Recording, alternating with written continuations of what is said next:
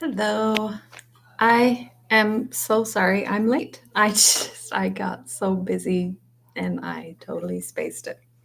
So I feel kind of bad because I know that Tess was looking forward to it. um, just got done with dinner and we had kind of a late lunch. So I think I have food in my teeth.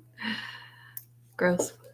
Um, so for dinner, I just did jalapeno grilled cheese and a salad because we had a late lunch and we weren't real hungry. And then we had some banana scone bat, so I made banana cake. It was yum. Um, so that was what we did for dinner. Super good. I was gonna show some of the stuff that I've made, but when I realized that I was past my time, I thought, oh my goodness, and I ran in here and I didn't grab anything to show off. So we'll just do this. We'll just jump right in and we'll start reading. So we are at chapter 7. And just a little recap of chapter 6. So Kit and her cousin Judith and Mercy were talking, and so apparently Judith liked the William guy, and she thought that he was going to court her and she was going to marry him. And he's only seen Kit at the meeting house for just a little, like he's never really talked to her, but he already asked her uncle if he could come calling, which in those days is like saying, "Hey, I want to court her to marry her," right? That's why they courted. So it's kind of a big deal when a man asks if he can court a woman. And so Kit feels terrible because Judith was saying she wanted to marry her, but Judith is like, well, I don't even care because I want to marry, for heaven's sake, what's his name? The preacher guy that was on the boat with Kit. She decides she's going to marry him instead. So that's where we're at. Chapter 7. I feel like my throat's a little bit. Okay. What on earth could she think of to say next? Kit wondered in desperation. She sat looking down at her folded hands, reluctant to lift her eyes to the young man who sat on the bench across the wide hearth. She knew that when she looked up, she would find William Ashby's gaze fixed steadily upon her. For the last half hour they had sat so. When a young man came to call, what did one talk about? Was it all up to the girl? She had tried her best, but William seemed content just to sit, his back stiffly straight, his large, capable hands resting squarely on his sturdy, wool-clad knee.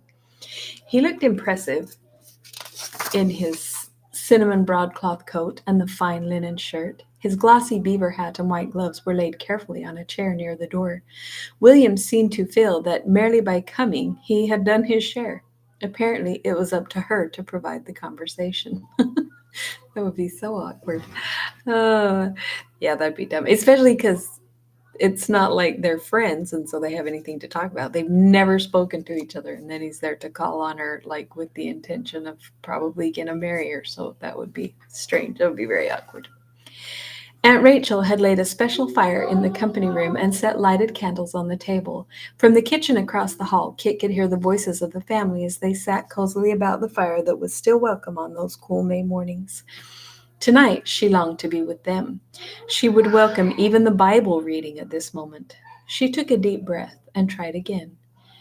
Is it always so chilly in New England, even in May? William considered this. I think this spring is a bit warmer than usual, he decided. As though in answer to her urgent prayer for relief, a knock sounded on the outside door, and as Aunt Rachel went to answer, Kit heard John Holbrook's voice. Her aunt welcomed him cordially. That's his name, John Holbrook, the preacher guy. That's who Judith decided she's going to marry. Her aunt welcomed him cordially and in a few moments put her head in at the parlor door, her understanding glance taking in the two silent young people. Why don't you both come and join us? She suggested. John Holbrook has come to call, and we can pop some corn for a treat. Bless Aunt Rachel. Over a handful of fluffy white kernels, William relaxed a trifle. There was something irresistible about popcorn. John, his pale cheeks flushed with the heat, managed the long shaker with a practiced hand. Judith blossomed suddenly in the firelight, and her laughter was infectious. Mercy's eyes were shining with pleasure. Rachel, with the ghost of the charm she must once have possessed, succeeded in drawing William, if not actually into the circle, at least to its warm circumference.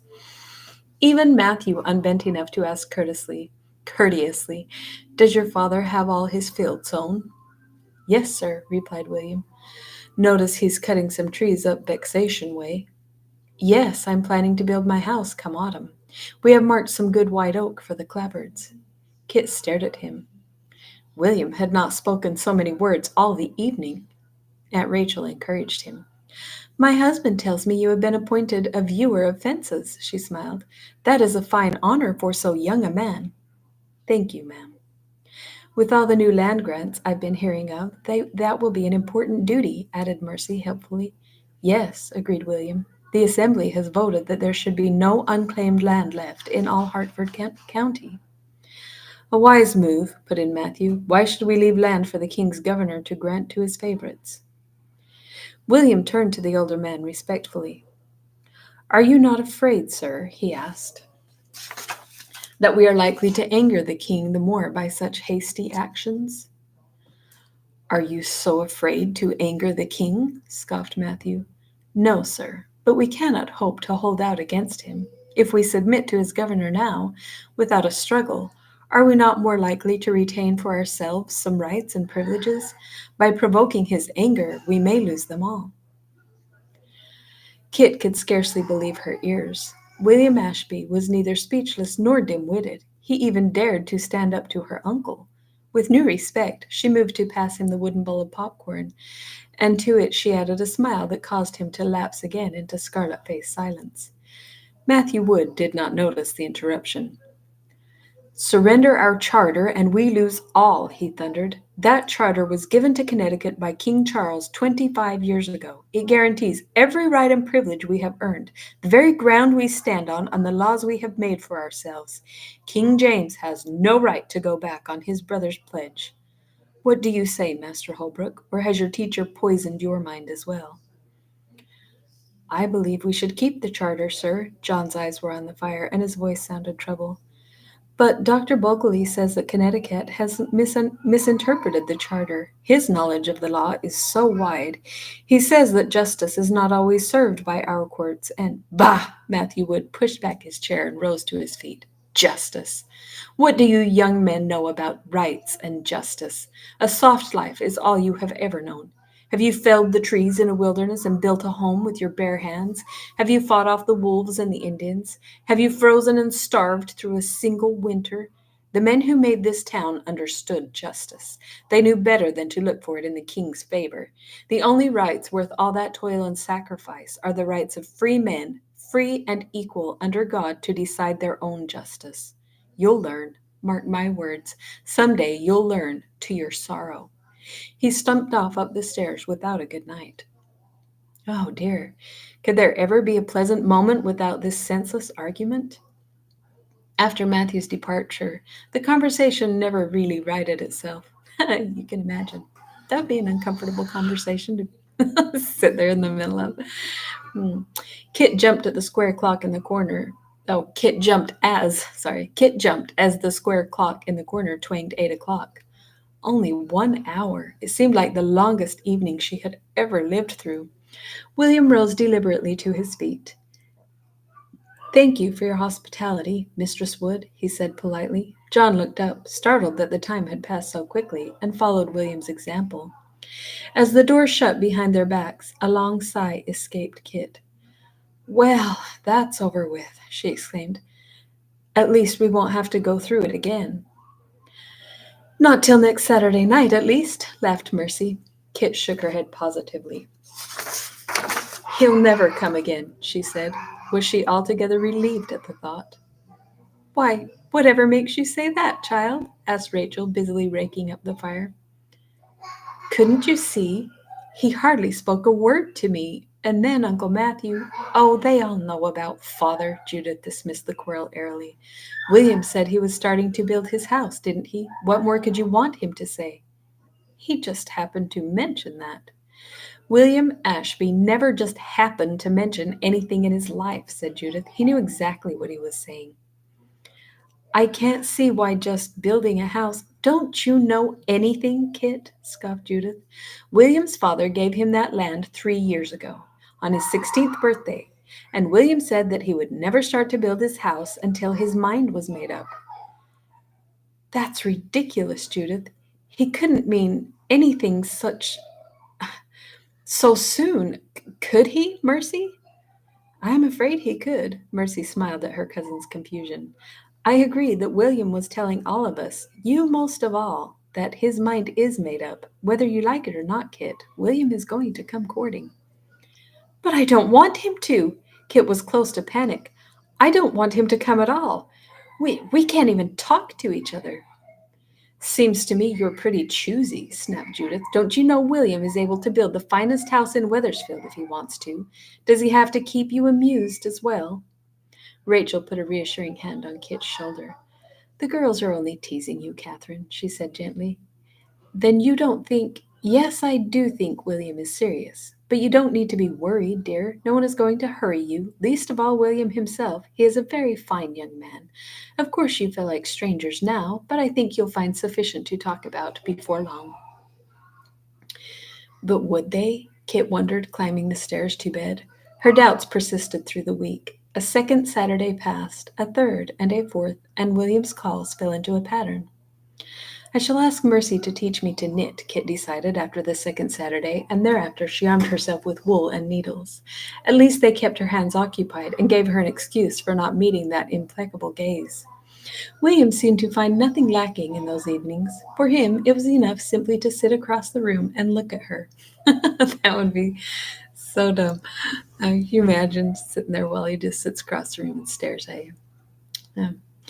It was flattering, she had to admit. The most eligible bachelor in Weathersfield, and handsome, actually, in his substantial way.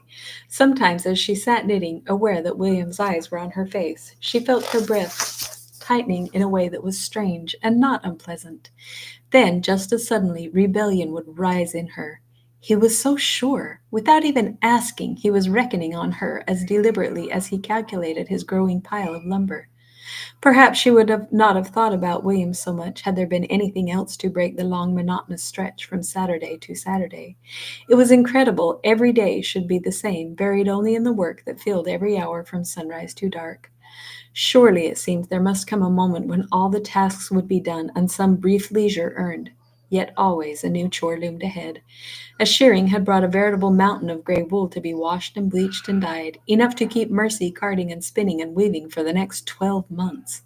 There was water to draw and linen to scrub, and everlastingly the endless row of vegetables to weed and hoe. Kit had not found a single one of those tasks to her liking. You can imagine. She's never done any work in her life. She probably wasn't enjoying any of this. Her hands were unskilled, not so much from inability as from the rebellion that stiffened her fingers. She was Catherine Tyler. She had not been reared to do the work of slaves, and William Ashby was the only person in Weathersfield who did not expect her to be useful, who demanded nothing, and offered his steady admiration as proof that she was still of some worth. No wonder that she found herself looking forward to Saturday evening. Okay, that's the end of chapter 7, and I might just go ahead and read chapter 8. We'll just do it 2 chapters tonight. Chapter 8. The onion field in the south meadow needs weeding, announced Matthew one morning in early June. If Judith and Catherine can be spared, they can spend the morning at it. The 2 girls, who set out soon after breakfast, did not provide such a contrast as on meeting day. Scandalized to see Kit wearing out her finery with scrubbing and cooking, Rachel and Mercy had made her a calico dress exactly the same as Judith's. It was coarse woven and simply made, without so much as a single bow for trimming, but it was certainly far more suited to the menial work she had to do in it. Beyond a doubt, too, it had made for an easier relationship with her cousin. This morning Judith seemed almost friendly. "What a wonderful day!" she exclaimed. "Aren't you glad we don't have to stay inside, Kit?" Kit felt quite cheerful. It really was a wonderful day, with a bright blue sky and the fields and woods all in soft green. The roadways were bordered with daisies and buttercups, pale and thin, of course, compared to the brilliant masses of color in Barbados, but pretty all the same. And for the first time since she had come to Weathersfield, she did not feel chilly. The girls passed the meeting house, turned down Short Street, and went on down the pathway that was known as the South Road. The great meadow, Judith explained, was the grassy land that lay within the wide loop of the river. No one lives there, Judith told her, because in the spring the river floods over and sometimes the fields are completely covered. After the water goes down, we can use the land. 'Tis good rich soil, and every landowner has a lot for pasture or garden. Father is entitled to a bigger lot, but he has no one to help him. As they came around the shelter of the trees and the great meadows stretched before them, Kit caught for a breath. She had not expected anything like this. From that first moment, in a way she could never explain, the meadows claimed her and made her their own.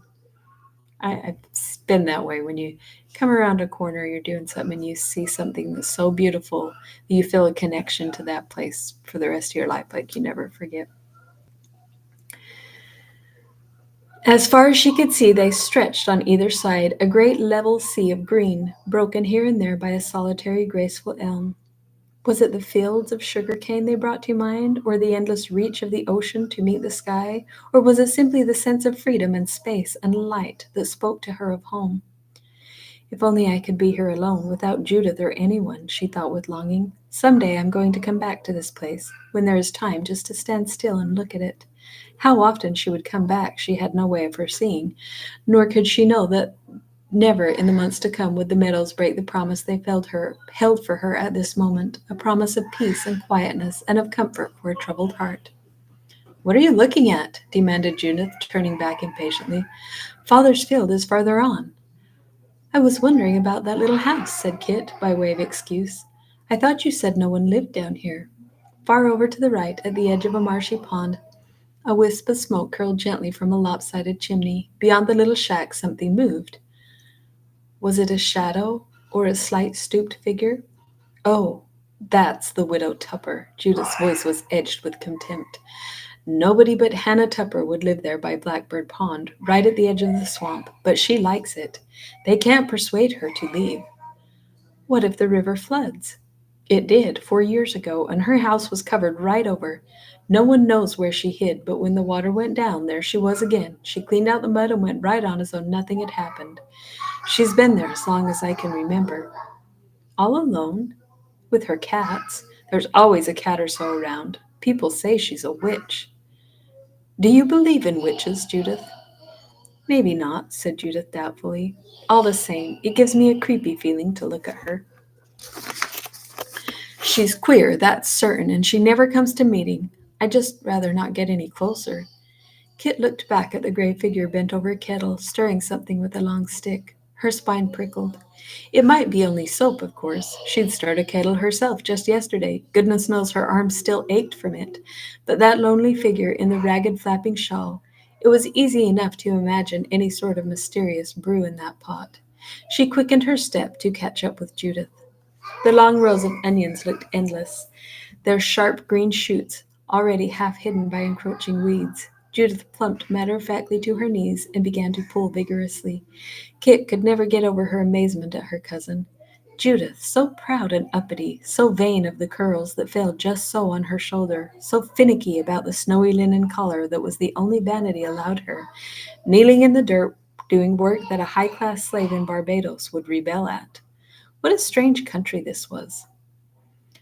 "Well, what are you standing there for?" Judith demanded. "Father says we have to do 3 rows before we can go home for dinner." Kit lowered herself gingerly and gathered a half-hearted handful. At the second tug, an onion shoot came, too, and glancing to see if Judith had noticed, she guiltily thrust the tiny root back into the earth and patted it firm. Bother the things, she would have to keep her mind on them.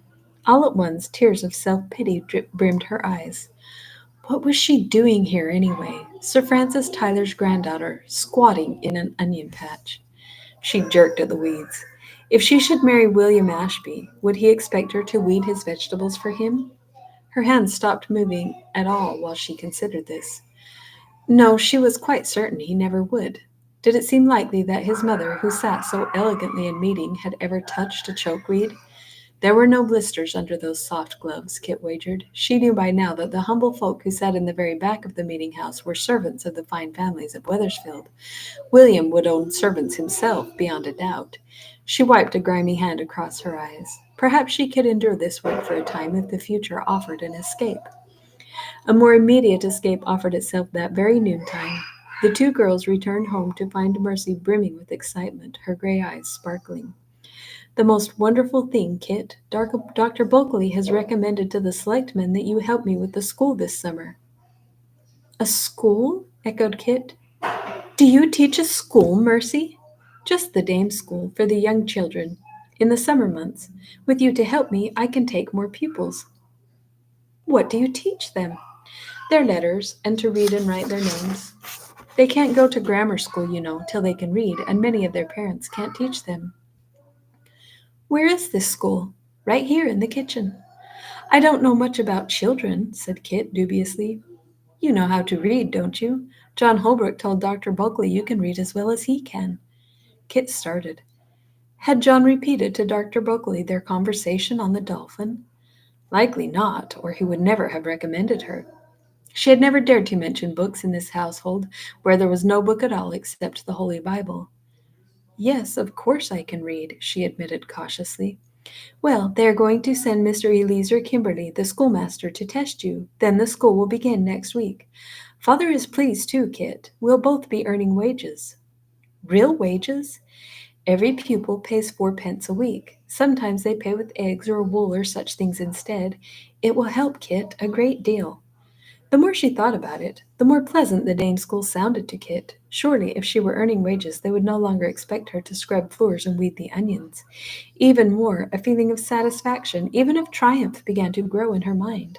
Later that day, as she sat alone with Mercy over their wool combs, she spoke her thoughts aloud. If I am earning wages, she said suddenly, then perhaps you will all think I am of use, some use, even if I'm not a boy. She could not keep out of her voice the bitterness that had rankled all these weeks. Mercy laid down her carding and stared at her cousin. What do you mean, Kit? That first night I was here, confessed Kit, Judith said if only I had been a boy. Oh, Kit! Tears suddenly flooded Mercy's eyes. You heard that? Why didn't you tell me before? Kit looked down in embarrassment. She wished now that she had held her tongue. She didn't mean what you think, Kit. It's just that Father needs a boy so much to help. Mercy hesitated. Mother has never told you much about our family, has she? She went on. You see, there was a boy, their first child, 2 years older than I. I barely remember him. We both caught some kind of fever. I got well, except for this leg, but he died. I didn't know, whispered Kit, stricken. Poor Aunt Rachel. There was another boy after Judith, Mercy continued. He lived only a week. Mother said it was the will of God, but sometimes I have wondered. He was very tiny, born early, but on the third day he had to be baptized. It was January and terribly cold. They said the bread froze on the plates at communion that Sunday. Father bundled him up and carried him to the meeting house. He was so proud. Well, of course, that was a long time ago, but after that, Father changed. And it has been a struggle trying to manage without a son to help. That's all we meant, Kit. Kit sat silent, her own bitterness forgotten.